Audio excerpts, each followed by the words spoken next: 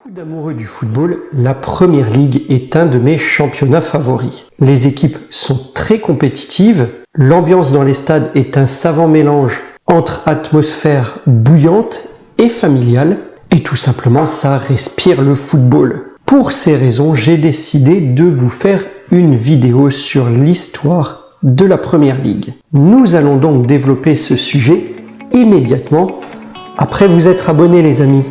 Allez! A few moments later. Ça y est, c'est fait? Ok, c'est parti.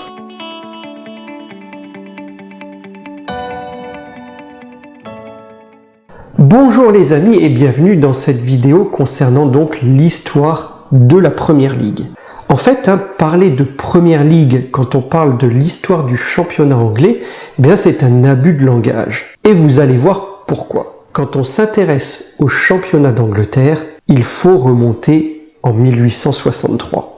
Voilà, comme ça, on est pas mal. C'est en cette année, en 1863, que la première fédération nationale de football naît en Angleterre. Et pour les éléments de contexte, eh bien, ce sont les représentants de 11 clubs et associations sportives de Londres qui se réunissent dans une taverne, la Freemasons Tavern, la taverne des francs-maçons en français. C'était un pub de Londres qui servait également de lieu de rencontre pour des réunions, voire pour des concerts. Eh bien, c'est dans ce pub que ces clubs et associations sportives décident de créer une structure unitaire qui portera le nom de Fédération anglaise de football. Vous la connaissez sous le nom de FA, Football Association. Elle édicte les premières règles, les premières lois du jeu en football et permet le développement de ce sport en Angleterre. Rapidement, plusieurs dizaines de clubs y sont affiliés. Maintenant qu'on a le cadre dans lequel créer des événements, des compétitions, on fait un saut dans le temps de 25 ans. Bon, on va arrêter un peu cet effet d'image, bien que nous sommes seulement en 1888. À cette date, le plus ancien championnat de football au monde est créé et porte le nom de Football League. Retenez bien, Football League fait référence à ce premier championnat de football au monde et en Angleterre. On doit cette idée à William McGregor, patron alors du club d'Aston Villa. Bon, lui voulait surtout permettre au club de sécuriser un certain revenu grâce à un nombre de matchs garantis, ce qui n'était pas le cas auparavant. Ce championnat originel est donc composé de 12 clubs et ces 12 clubs sont surnommés les membres fondateurs. Vous voulez savoir de qui il s'agit? Eh bien, je vais vous le dire puisque vous vous êtes abonné. Comment ça, c'est pas fait? Il faut le faire. Alors, vous ne les connaissez certainement pas tous et je m'inclus dans le lot. Il y avait Accrington, Aston Villa, Blackburn, Bolton Wanderers, Burnley, Derby County, Everton, Notts County, Preston, Stoke City, West Bromwich et Wolverhampton. Et non, pas de Manchester United ou City ici et non plus pas de Liverpool, bien que vous avez pu voir qu'il y avait l'autre club de Liverpool, Everton. Eh bien, c'est Preston qui remporte ce premier championnat et ça sans même perdre un seul match. Alors on est déjà sur des formules avec des matchs aller-retour, en tout cas un match à domicile et un match à l'extérieur, chaque équipe s'affrontant donc 2 fois. En parallèle de la FA, la Football Association, la Football Alliance se crée en 1889. C'est une autre fédération en Angleterre qui organise également son propre championnat avec des clubs non admis dans la FA. Je vous le dis parce que dans ces rangs, on va compter notamment Nottingham Forest, qu'on connaît bien, ou encore Newton Heath. Je suis sûr que vous connaissez, mais si vous connaissez Newton Heath, bah oui, plus tard ce sera Manchester United, après un changement de nom. Mais vous allez vite oublier la Football Alliance, puisqu'en 1892, la Football League absorbe ce championnat, le championnat de la Football Alliance. Le championnat est alors élargi en 2 divisions, la ligue d'origine de la Football League élargie avec les 2 meilleurs clubs de la Football Alliance. Cette division prend le nom de First Division, tandis que les autres clubs de la Football Alliance sont reversés dans une deuxième division appelée Football League Second Division.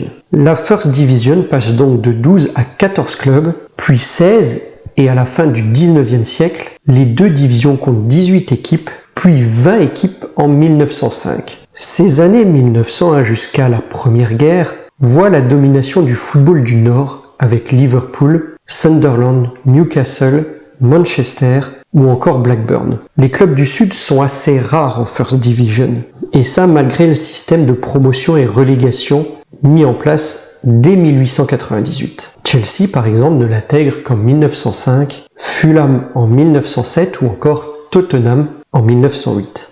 Après la guerre, les deux divisions passent à 22 clubs, mais en 1920, la FA, la Football Association, crée une troisième division. Et pour la petite histoire, c'est Huddersfield qui est le premier club du Sud à remporter le championnat. En 1950, les trois divisions comptent 24 clubs. Et c'est en 1958 qu'une quatrième division est créée avec un total sur l'ensemble des divisions de 92 clubs. La First Division, depuis sa création en 1892, sera l'élite du football anglais pendant un siècle. 23 clubs différents ont remporté ce championnat et Liverpool en détient le record de nombre de victoires avec 18 unités. Les années 70 jusqu'à la fin des années 80 sont des années fastes et de grands succès en Europe pour les clubs anglais. Mais à partir de la fin des années 80, ça devient compliqué. Les installations et les stades commencent à être vétustes. Ça, par exemple,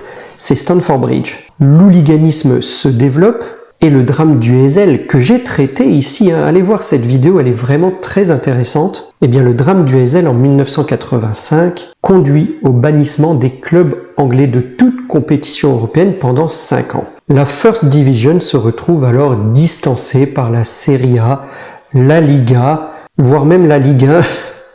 Non, je déconne évidemment pour la dernière. Distancée en termes d'affluence et de chiffre d'affaires, et la First Division constate même une fuite des meilleurs joueurs anglais vers d'autres championnats. Je vous ai dit tout à l'heure que la First Division était l'élite du football anglais pendant près d'un siècle, pendant un siècle même tout à fait. Un siècle en effet puisque c'est en 1992 qu'un nouveau championnat est envisagé par les clubs de l'élite pour augmenter leurs revenus et redevenir plus compétitifs sur la scène européenne. Les meilleurs clubs du championnat se mettent d'accord pour créer la première ligue indépendante, et c'est important, des Football Association et Football League, et voici le premier logo. Cette première ligue pourra alors négocier ses propres droits télé et contrats de sponsoring. Les clubs de First Division démissionnent donc collectivement pour créer cette première ligue. Nous y sommes à cette appellation que vous connaissez tous. La Football League est alors réduite de 4 à 3 niveaux, 3 divisions, chapeautées par la Première Ligue qui, elle, ne compte qu'une seule division. La Première Ligue bénéficie de stades à la pointe de la technologie et d'accords commerciaux avantageux. Le football anglais renaît et je pense que ce n'est pas pour rien qu'ils ont eu ensuite l'Euro en 1996.